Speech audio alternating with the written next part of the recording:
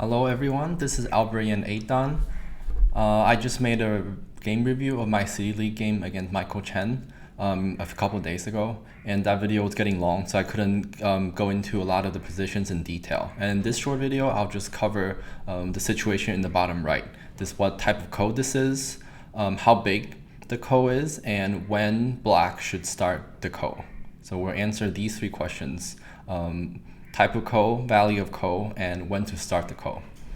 So the board position is very messy, but every game is messy in its own way. So we'll just have to adapt to the situation. So let's just focus on this corner right here. There are many stones involved, so let's just take a closer look at the situation. So imagine it's white's turn. White plays here. So this group, the status is a Seki. And if it's black's turn to play, black can start the ko. This will be a direct ko. Now, if you're a single digit queue or a dom player, you can probably see the status and value pretty clearly. So maybe you just fast forward a little bit to learn about when black should choose to start the ko. But for us beginners who double digit queue, maybe some single digit queue, this could be a little bit more confusing, maybe because this doesn't happen in the game very often. But yeah, we'll go through all the details. So we established this is always a Seki for black. So the black group will never die. This is something very important to keep in mind as we analyze this position. This black group can never die unless black start the ko. And the white group, the best white can do without black starting the ko is a Seki. So I'll call this a Seki Ko, where black has the power to start the ko anytime black wants.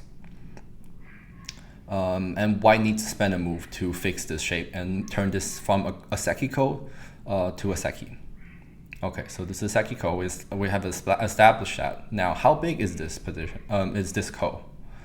So from black's perspective, this corner is always alive, no matter what. So if black were to win this ko, theoretically, black will only gain capturing this group. Okay, so let's count the stones. There are 13 stones here. I'll just label them real quick so you don't have to count. 13. So that's 26 points, but there's actually a little bit more. So white actually also has a few points. And if you know the AGA rule well, you will know that white will have, let's see, clear. Yeah, so actually this stone is white's capture, so that's 2 points, and this is also a point. Maybe it's better to label like this. So white has 1, 2, 3, and the capture is another point, so 4 points. And you might be wondering why 2 and 3 are points, but it's because of the nature of AGA rule or Chinese rule. So keep in mind, at the end of the game, you have to pass. When you pass, you give a stone to your opponent under the AGA rule. So black, let's say, played the last dame. White can capture, and now instead of passing, white actually played a move, right? So black has to pass again, so white gets another point, and then white can connect here. Then black has to pass again. So in fact, 6 and 8 are points for white. And in Chinese rule, where they count stones, it's the same thing. 6 and 8 will count towards white's total count of stones plus territory. So it's the same thing. But in Korean and Japanese rule, these are not considered points. So the total here will be 2 versus 1. And the 2 being capturing is 1 point, and then this area is 1 point. So 2 points. And black has 1 point here. I'm not counting the earlier capture, just this position as it is right now. Okay, so there are 13 stones. White has 4 points. So if black captures the whole thing, it's 30 points. I'll write that here, 30. And that's important to keep in mind. So if we just think about the ko, it's 2 steps. It's a direct ko.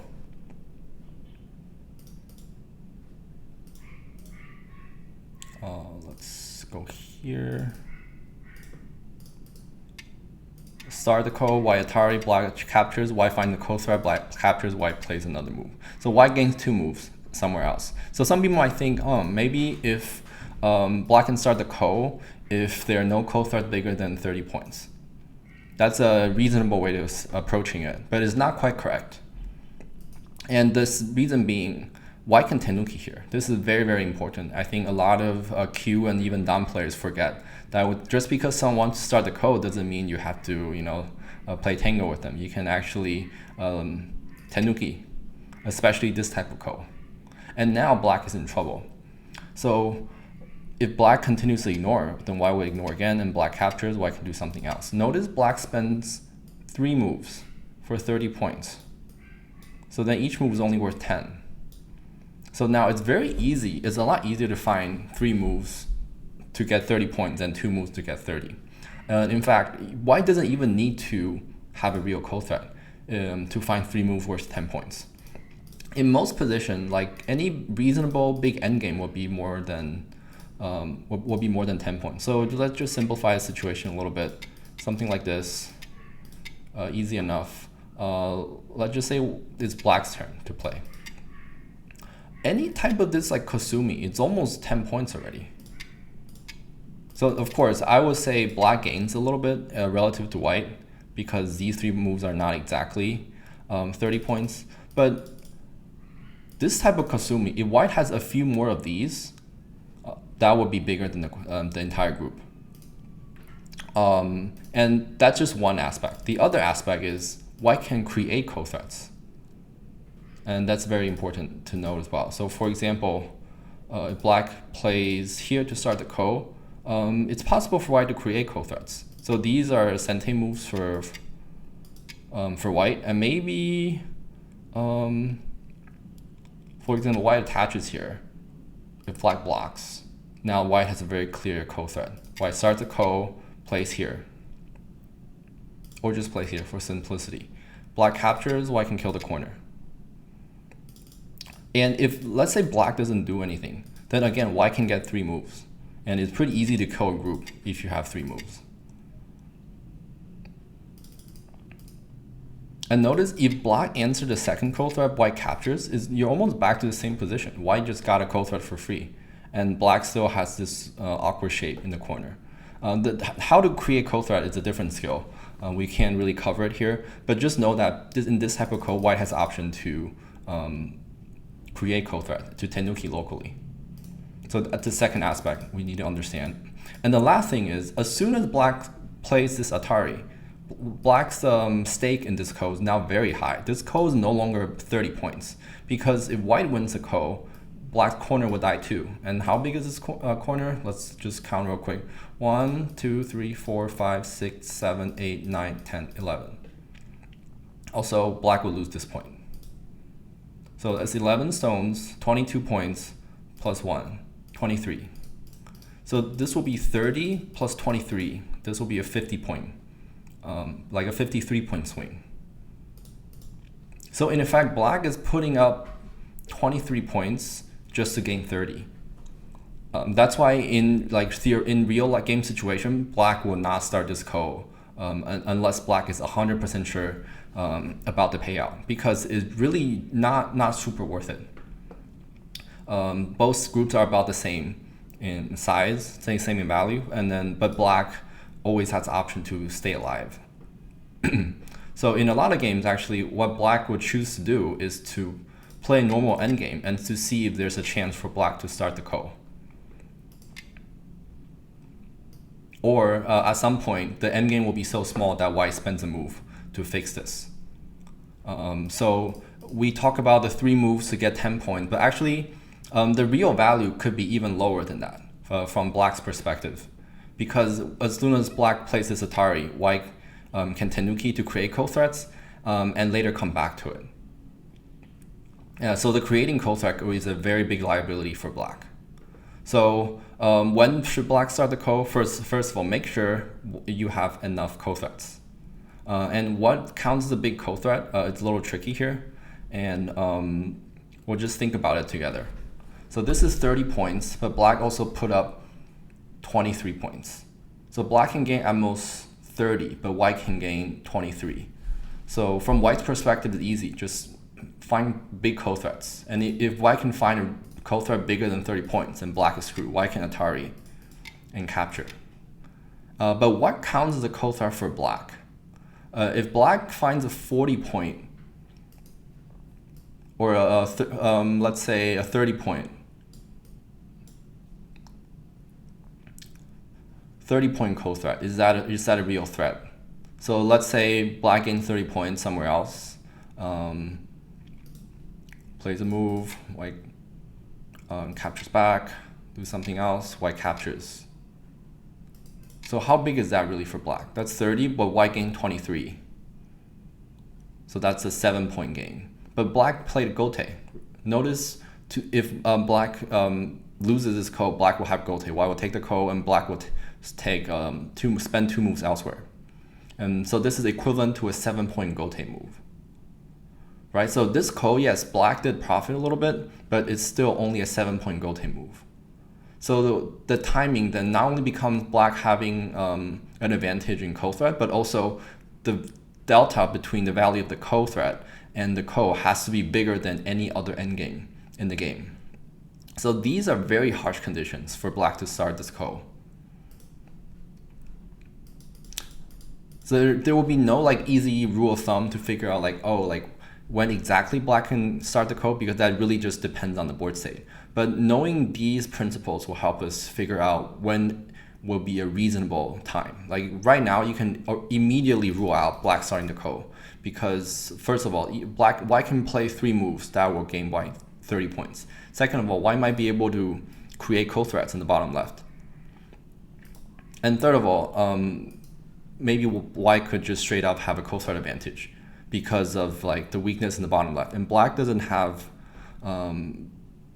very big ko threats in comparison. The biggest might be breaking the corner or the top right, but those won't be real ko threats because white can tenuki the ko. Or if white somehow responds, white find the ko threat to capture back, white can continue responding. So there's no way for black to simultaneously get enough value elsewhere and to win the ko. So that covers the 3 main questions, and I think lastly I'll just do a little bonus. If we're playing this game, how many points should we count for black in this corner? So black is always alive. Well, there is, even though the ko is not favorable for black, there is still a chance that this 30-point white group will die. But it would be through a pretty nasty Seki Ko. So how many points should we, I guess, just in principle, give black in this area? Maybe we can just not consider the 1 point here, because that more or less cancels out with white's points. So if this becomes Seki, white black has 1, white will have 4. So white will gain 3. And if this becomes, if black kills, then instead of white be up 3, black will gain, this will be 30 plus 1, be a 31-point swing. So the ko requires 3 moves. So maybe we think maybe black has 10-point stake here. But as we mentioned, if this becomes the Seki, let's say this is at the last dame, black just didn't have a chance to start the ko, and white played a 1-point move to block here. White actually didn't lose a single point in this area. So this only becomes an asset for black when white has to give up an endgame of value instead of blocking here, or to block here, giving up an endgame of value to block here. So let's say we're playing 5-point endgame, and then instead of playing a 5-point endgame, white block here for 1 point, and then black got another 5-point. So then black will gain a little bit under 5 points, because notice if the biggest move on the board is 5 points, then the value of the sente going first is definitely less than that. It's probably around 2 or 3. And just because usually you have a parity of moves going up and down. So like taking an empty corner could be worth 30 points or 25 points. But the value of going first as in the game is only 15, even though any single move right now would be worth more than 15 points. And why is it 15? Is because black gave the 7.5 komi. So if black passes now, and it's as if you switch to your opponent, and now your opponent will get a 15-point swing. So the value going first 7.5. So if that means the value going first. The komi is 7.5. So the value going first is 15 points, assuming you pass.